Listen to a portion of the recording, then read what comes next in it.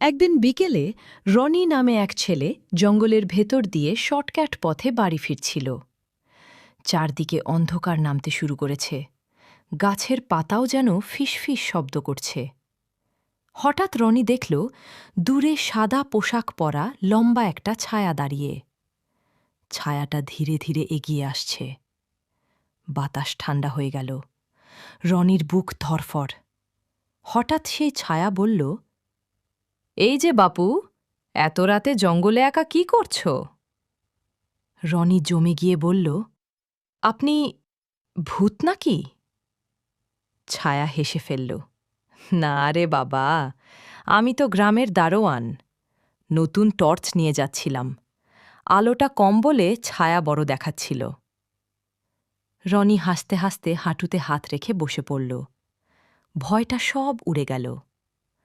ওরা দুজন গল্প করতে করতে গ্রামে পৌঁছে গেল। ভিডিওটি ভালো লাগলে চ্যানেলটি লাইক, শেয়ার ও সাবস্ক্রাইব করে দিবেন। ধন্যবাদ।